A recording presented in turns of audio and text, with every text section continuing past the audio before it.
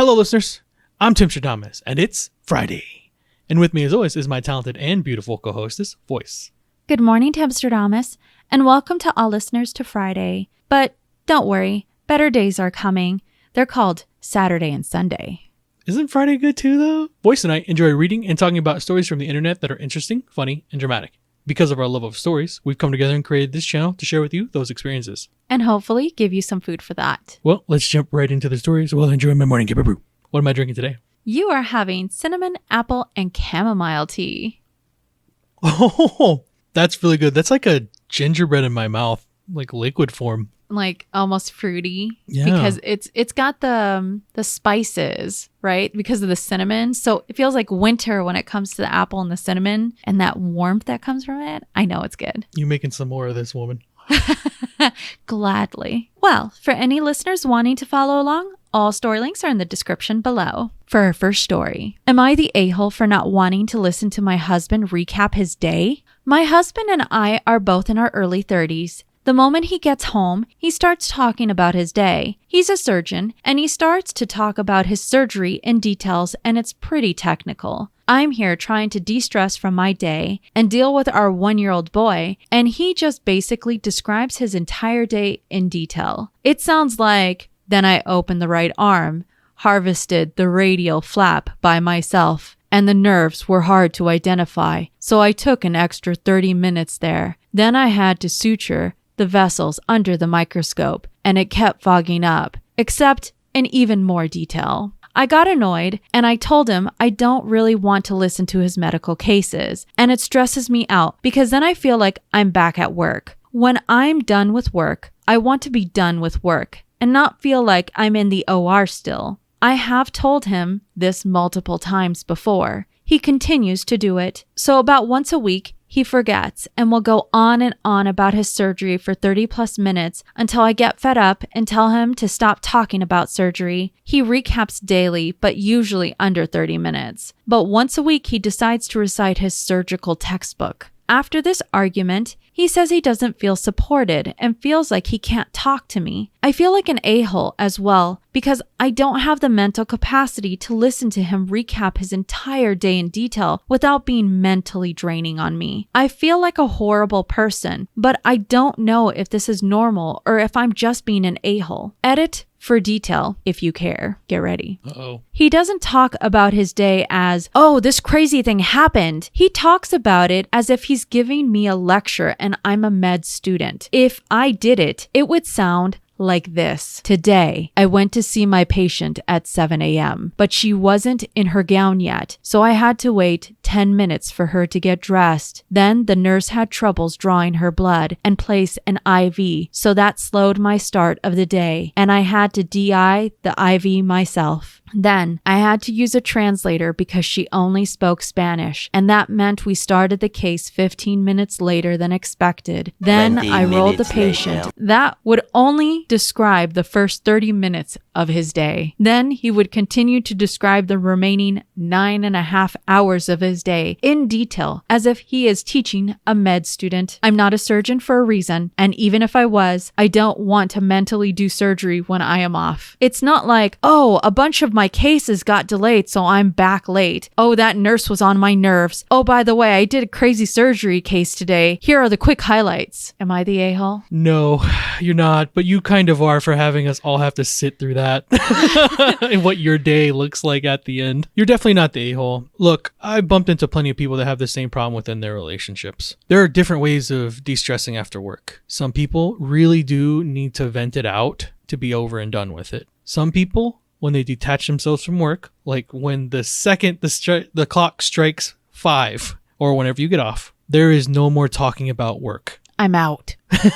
But again, there are people that when they leave work, all they can do after they've left work is talk about and bring up work. But there's a large majority of people that really like when they're off work to not bring it up anymore because it's something that you do. It's not who you are. She's told him multiple times that this is not acceptable. that it actually stresses her out when she's trying to decompress after a full day of whatever she's doing. He should have respected that. But there definitely is a way to go and help both of you that doesn't involve one of you having to take an L every single day because he wants to keep explaining his day. There's definitely different things that he can get into. He can start with an audio log if that's really what he has to do just to get it out. That sounds really cool. There's plenty of people that do that to decompress. Audio logs are interesting because it sounds like it's a form of therapy for him to walk through his day. I also understand that it's important to feel heard by your partner, but to do it at this extent, at the cost of also at the end of the night, not just sitting there with your loved one and just enjoying that you're there with each other and revel in the fact that you guys can not talk about work for more than 30 minutes. I definitely don't believe that the OP is the a-hole. Please do not feel like you are the a-hole just because you can't be the cup to be poured into. At the end of the day, it is okay to feel overwhelmed and just need brain shutdown time. Like we all need that. So having to take on someone's entire day in your head at the end of it I can understand where that can be very overwhelming. Well, the consensus is there's no a-holes here. In fact, they say this really does sound like he just needs somebody to talk to about his day. In this case, there's no a-holes here. Everybody decompresses differently. In fact, we actually had some commenters that can totally understand where our poster is coming from and put their experiences. One was concerning a couple that were lawyers. It just sounds like, in this case, I think that audio log is a really good idea and would potentially help them quite a bit. Or finding someone to talk to as well. Hands down. I do understand, though. You definitely do need to figure out a better way of venting. But yes, I agree. No one's in the wrong on this one. It's just learning how to decompress properly and not throw it on other people. Well, let's go ahead and walk away from this clinic at home. And don't do it with a baby because the baby's going to start talking like you do. Oh, yeah. No, please don't. I was there. I pooped in the diaper. I opened the diaper. It was terrible. It was fogged. I put my hand in it. I put my hands on the walls. You don't want to go in there. It's not sterile. Well, let's go ahead and walk away from this apparently very messy clinic now. And let's go into our next story. It's a not safe for work one. Tantalizing. Am I the a-hole for not giving my mom my old medication? Not safe for work due to the mention of drugs. I am a recovering addict. I used to have Xanax prescribed to me for panic attacks, but it was discontinued. I kept an old bottle in the cupboard just in case. I know. On Saturday, my parents came over. I told them how I was doing in my recovery and that I was going to properly dispose of my old Xanax at the pharmacy or police department. For the sake of brevity, she asked me for the drugs, and I said no. My no was not respected. When I said no, she said, "Well, why? I'm not an addict." She then proceeded to rub my nose in the fact that I stole drugs from her when I was in active addiction and basically said I owed her. I was so upset that I brought up a time she medicated me without a doctor's consent or prescription when I was a child. She then gaslit me, saying I was making it up and that never happened. I kicked her out of my house. I'm so upset. I'm in very early recovery and trying my hardest to get well. We haven't spoken since I kicked her out and my heart hurts. I just wanted my mom to be proud of me, but instead she tried to guilt me for my old medication. So Reddit, am I the a-hole? Okay, this is a sucky story. Let's try to understand the facts. So our OP is a recovering addict. Correct. Good for you for getting out of the rat race. It's a hard hole to dig out of. I feel like the mother is an interesting story. Why is she so interested in getting them from our OP?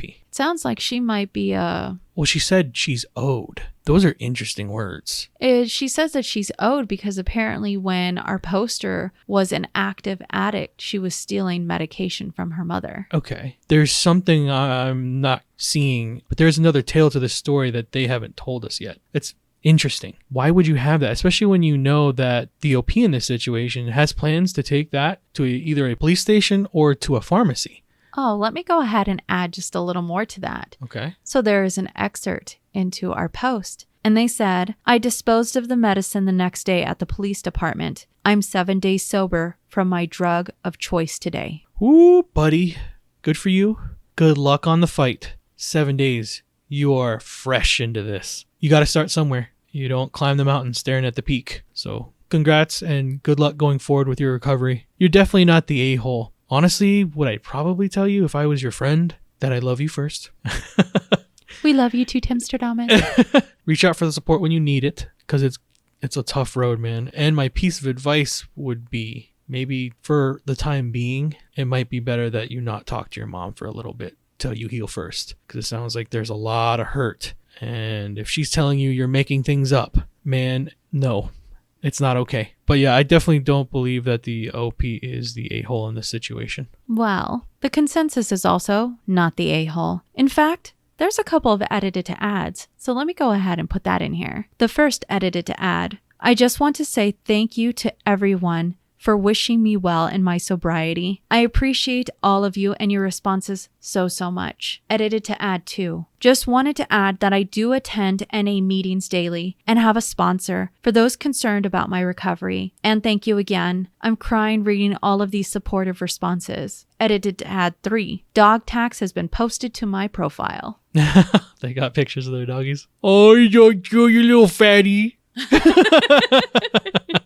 He's a floopal. Yeah, your dog will be a good companion during these times. He loves you regardless, the way it should be. Exactly. And it's good to know, while family might not be the thing that's the support system right now, he's got a little fur friend that's going to help him all the way. Yep. So we saw one cute dog. Let's see about this story on another dog. Am I the a-hole for stealing my son's dog from him? I, 42 male, have a son, 16 male. For my son's 14th birthday, me and my wife got him a husky because he liked the outdoors and he said he wanted an outdoorsy dog. My son named him Zeus. In the 2 years that we've had Zeus, my son has never taken him on a walk, pet him, or basically show him any emotion or attention. He treats him more like a random piece of house furniture than an actual dog. But in these 2 years, Zeus has gotten close with me, my wife, and my other 2 children. To us, he is basically family, and we take care of him really well. We also pay out of our pockets for all of his needs, such as food,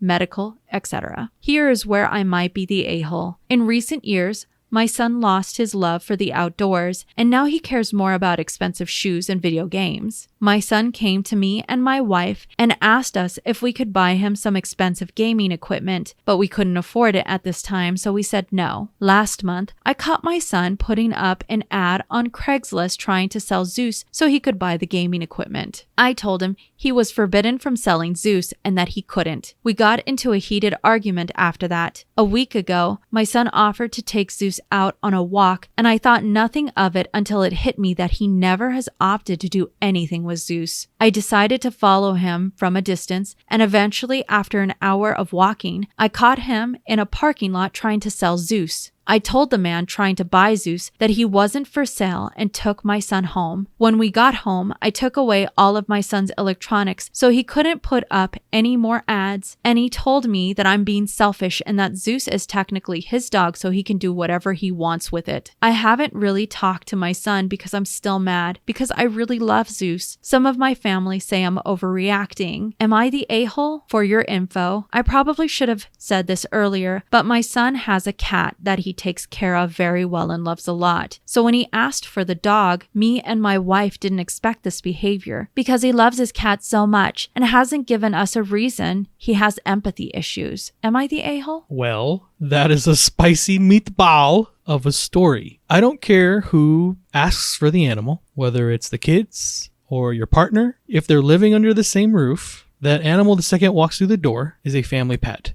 And it sounds like everyone loves Zeus. Except for the one who asked for him, which is very interesting. They say it. The son has a cat that he dotes on. It's gross what he's saying the 16-year-old is doing, though, because the kid asks for gaming equipment. The father and the mother right now cannot afford it. They clearly state that is not something that they can fund. So the 16-year-old, instead of going and finding a job, because I understand, depending on the area, transportation, all that stuff, sometimes finding a job for a 16-year-old is difficult. Let me go ahead and add what was said in the comments regarding his son and a job that he actually does have. Okay. His son told him he doesn't want to spend his money on this gaming stuff. But he wants his parents to. Correct. But he has a job. Correct. And he's got money. And he's willing to sell the family dog. No. Not with that little piece of information. Even before that, though, I was never going to agree with this kid being allowed to sell the family pet. Never would that ever be okay. I 100% back you, OP. protect your family pet, because this kid has already been told that it was a no.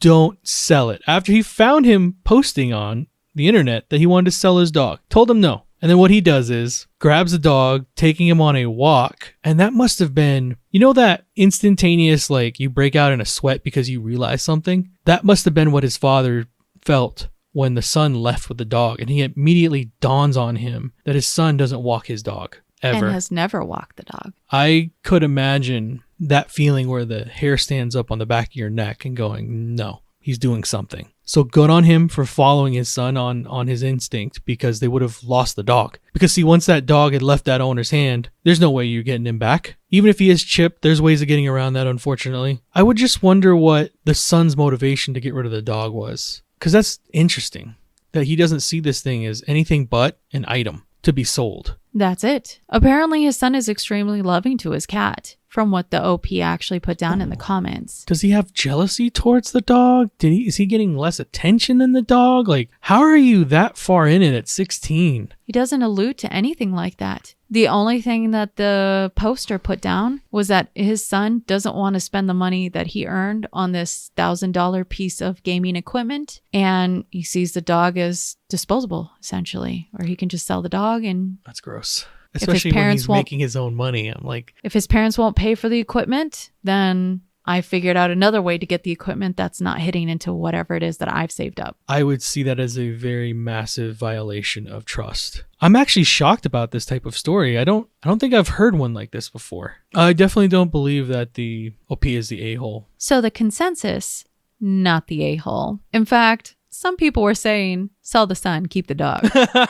On some other notes, I know a lot of commenters were actually very suspicious if he was abusive towards the dog at all. Okay. And our poster said, no, he's never been abusive. He just ignores it. Yeah, it's almost like a disassociation that he has with the animal. And a lot of the commenters said, make sure all the vet bills are in your name. Make sure you register him in your name. That way it's not an issue with ownership when he does turn into an adult and move out, so that it's not a custodial problem. Now, it's nice to know that the commenters are watching the back of the poster with regards to his love for this animal. To go ahead and delve a little deeper, a lot of people still found it very weird that regardless of your feelings, that you would go ahead and you would do something this drastic. Yeah, like after you got told not to sell the dog, you then go and try to sell the dog. A lot of people say if this animal was given as a gift to him and he hasn't done anything to take care of it at all, it's essentially neglect, and the ownership's up in the air to the person that is actually taking care of it. That's why I said it was a family pet. I think everybody was like how you are feeling, shocked and appalled that anybody could do this. I don't get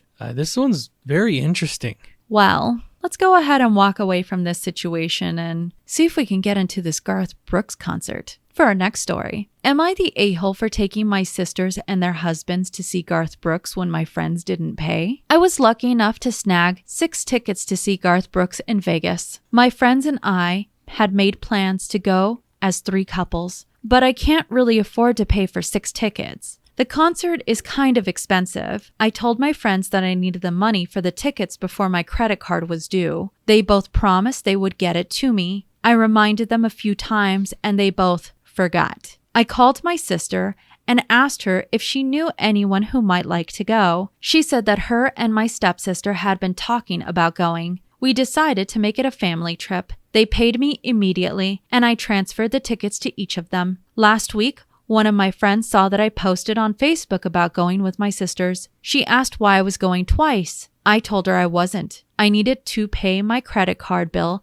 so I sold 4 of the tickets. They went ballistic. I do not have any credit card debt as I pay my bill in full every month. They both assumed I would be okay just paying the minimum monthly payment like they do. They expected me to save them the tickets even though they didn't pay me. I told them both to check their texts and see where I agreed to that. I sent them screenshots of where they both agreed to pay me before my bill was due. They are pissed because all the tickets left are either resale or very expensive floor seats. I am mad at them for trying to screw with my credit. They are mad at me because they had booked time off to go to the concert. Am I the a-hole? 'Tis peak, my lord. This one's a fun one because you say it right at the end here for us. They booked the time. So they took the time off of work for this concert, but they conveniently forgot to pay for the tickets on time, right? So you can't have both of those. You can't have both of those exist in the same sentence. You knew what was going on. You put in for that time off of work. The second you put in on that time, you would have went, yes, I still have to pay for that. OP has it in the receipts that they said they were going to be paying before X time. The OP says they pay their credit card in full every month. Correct. That's how they like to live? Okay, I get it. Everyone does finances differently. So they knew who they were dealing with. The expectation was already explained to everybody. They reach out again, though, right, to try. They go, hey, the bill's almost due. I need you guys to pay up. And I guess their only response was they forgot. And then nothing following that. Just, hey, we forgot. Those are bad friends. Good for you for not being a pushover. I hope you enjoy your Garth Brooks concert with you and your family. OP, you're definitely not the a-hole. So, the consensus on Reddit, definitely not the a-hole. And you hit right on the point when you said you cannot have it to where you remember to book the time off, but apparently conveniently forget to pay for the tickets. Nope, can't do it. Now, let me go ahead and provide some sayings that the commenters gave us. I'm ready. The first saying is one that is very, I think, pretty well known in the US with friends like these. Who needs enemies? Yep. And then somebody from Romania actually provided a saying. I cannot even begin to say this saying in their language, but I will go ahead and give the translation for it. And it says, God save me from my friends, because from my enemies I will protect myself. Wow, that's really cool. I thought it was really interesting. Yeah. They got into a lot of these cultural sayings about terrible friends. Yeah. Awesome. It actually stemmed another conversation where there's a similar saying, like almost to the T similar, with Italy. And then they started going back and forth between Romania and Italy in the language. It's really cool how organic conversations happen and sprout up. Oh, yes. Hands down. I see it all the time in these comment sections. Very cool. Yeah, we hate this one guy, but let's talk about our things in common and all these cool things. Romania and Italy, how the languages work together. Very cool. Well, it looks like someone got to enjoy the concerts, but it definitely wasn't those bad friends. Yeah, don't keep them around. So let's go on to our last story. Am I the a-hole for getting high so my relatives don't try and pawn their children on me? I want in on the ride. I live in British Columbia, and my family often hosts at our home because we live on a lake. However, I seem to always get roped into watching the kids, which means I don't get to enjoy my life when we have guests. My husband will drink beer with his brother and dad, and my mother-in-law and sister-in-law will go on winery visits, and I end up at the house responsible for my nieces and nephews. So last weekend, I made sure I was high as when they showed up. My husband and his brother had to watch the kids because I was in no condition. Their mom is pissed at me because she trusts me to make better choices. I told her that my free time is valuable and I wasn't free childcare. My husband had already had a few, so his brother had to stay sober. Poor baby. My husband thinks I should have tried talking to them again for the 50th time instead of getting fucked up. I think they now know better than to not ask me if I even want to watch the kids. Am I the a-hole? You put some sass into that one. Bam. So based off your sass level, obviously she's not the a-hole. But seriously, no, you should never be someone's free childcare. It sounds like it's a fun family event where everyone comes together and they all kind of disappear and do their own little things, right? Brother and your husband go and get drunk. Your mom and your sister go to a winery and everybody's drinking. But you're the one stuck at home with the kids. So I can understand how that would feel isolating and unfair. So definitely you're not the a-hole. It does sound like you've done your due diligence though and let them know before that this wasn't okay. If you're saying your husband said for the 50th time try to talk to them, obviously the first 49 nothing got through. So at some point you do need to teach them a lesson, set the expectation going forward. Although you may not want to do that every time, but you know, go take a trip for yourself. But definitely don't be beholden to people just because they didn't want to invite you to the winery or you're not having a fun time drinking with your husband and his brother. Or it's free childcare, so everybody else gets to have fun but them. That's a sucky situation. But you're definitely not the a-hole, OP. Well, consensus, not the a-hole. In fact, everyone said, you can get high, but don't do it as a vendetta. Get high because you want to have fun. And all of these people, you're not beholden to them. We understand husband, and it is his family, but you shouldn't be cowing down to that. Especially when it is your free time. Set the expectation is what she did with this example, though. Now, what a lot of individuals in the comment section said is they're really shocked at the audacity that the mother-in-law would say that because her behavior is worse. Yeah, she's expecting something for free and then leaving. No, that's not okay. Regardless, a lot of people found this situation pretty funny. It's hilarious. Sounds like they should get on a rotation. If they're all into doing stuff and having fun together, one person needs to be responsible for the kids. I definitely agree with that. So it doesn't have to fall on one person all the time. Yep. That's how we do it. Gotta have it. Gotta be balanced and fair for everybody. Or else why call them family? That was the last one? Yep. All right. Well, that was a great way to end Friday. I tried. Nice little story. Well, as our stories come to a close, don't forget, you see in the world what you carry in your heart. If you have enjoyed listening to us read and talk about today's stories, please rate, subscribe, and turn on notifications for new content. We are regularly posting on Monday, Wednesdays, and Fridays. As always, listeners, we love hearing your opinions in the comments below. And I'll leave you with one last question, like I always do. What are your plans for the weekend? We're doing a hibachi grill. So excited! Hibachi. And remember, if you post it, maybe we'll see it on the internet.